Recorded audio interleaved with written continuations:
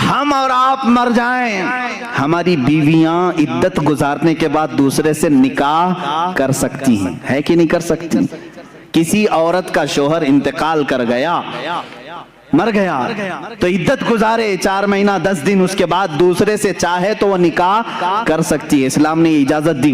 لیکن رسول پاک کی ازواج مطہرات کی یہ خصوصیت ہے کہ وہ زندگی بھر کبھی کسی دوسرے مرد سے نکاح نہیں کر سکتی۔ حضور کی وفات کے بعد بھی کئی ازواج مطہرات باحیات رہیں، اس میں حضرت عائشہ صدیقہ رضی اللہ تعالیٰ عنہ بھی رہیں، کافی سال تک رہیں حضرت عائشہ صدیقہ رضی اللہ تعالیٰ عنہ، لیکن کسی بھی زوجہ نے دوسری شادی نہیں کی، کیونکہ ان کے لیے حرام تھا، کوئی دوسرا ان سے نکاح نہیں کر سکتا تھا۔ کیوں نہیں کر سکتا تھا؟ وہ بھی تو عورتیں ہیں، ساری امت کی عورتوں کو مرد کی وفات کے بعد عدت گزار کر دوسرے سے نکاح کرنے کی اجازت ہے، تو ازواج مطہرات کو کیوں نہیں؟ تو میرے عزیزو، عقیدہ یہ بتایا جائے گا، ایک شوہر کے ہوتے ہوئے عورت دوسرے سے نکاح نہیں کر سکتی۔ نادان تو نے کیسے رسول کو مردہ سمجھا؟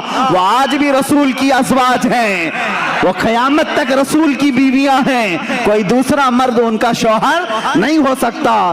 تم اور ہم ہیں، موت کے بعد رشتے ختم ہو جائیں گے، وہ رسول ان کے زوج ہیں، شوہر ہیں قیامت تک، بلکہ جنت تک بھی وہ ازواج مطہرات کے شوہر ہیں۔ یہ دلیل ہے اس بات کی کہ رسول زندہ ہیں۔ جو دھوکہ دیتے ہیں وہ ایک اور وار بھی کرتے ہیں، جی وہ دیکھیں نا،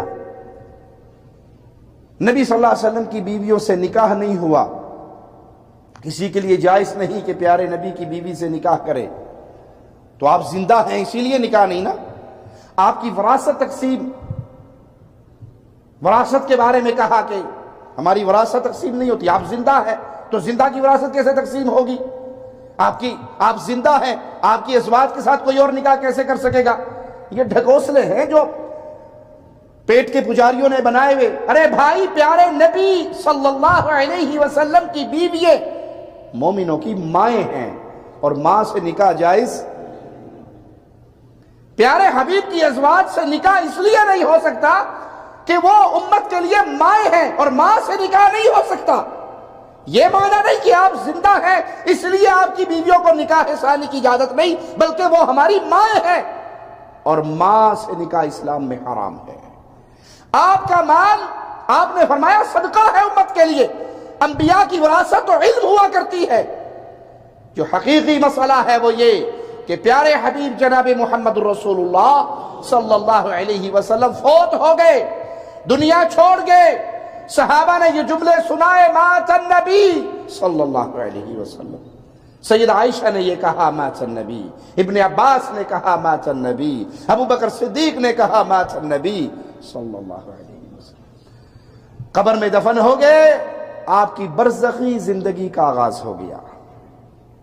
آپ اپنی قبر میں زندہ ہیں، پیارے نبی صلی اللہ علیہ وسلم اپنی قبر میں زندہ ہیں، لیکن آپ کی زندگی دنیاوی زندگی نہیں ہے، برزخی زندگی ہے۔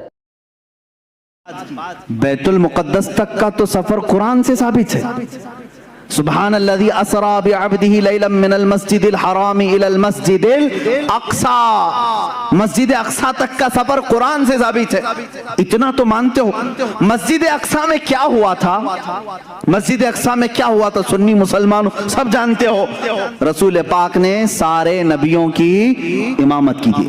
کتنے نبی؟ آدم علیہ السلام سے لے کر عیسیٰ علیہ السلام تک جتنے نبی تھے ان سب کی حضور نے امامت کی تھی۔ مجھے یہ بتاؤ، یہ 1,24,000 کم و بیش جو نبی آئے تھے وہ کب کے نبی تھے؟ وہ کب کے نبی تھے؟ کیا رسول کے زمانے کے نبی تھے؟ وہ صحابی نہیں، ان کی وفات ہو کر کسی کی 4,000 سال، کسی کی 3,000 سال، کسی کی 2,000 سال، کسی کی 500 سال، سینکڑوں سال پہلے وفات پائے ہوئے سارے نبی مسجد اقصی میں حضور کی اقتداء میں جمع ہیں۔ وہاں ابراہیم و اسماعیل بھی ہیں، داؤد و سلیمان بھی ہیں، موسیٰ و عیسیٰ بھی ہیں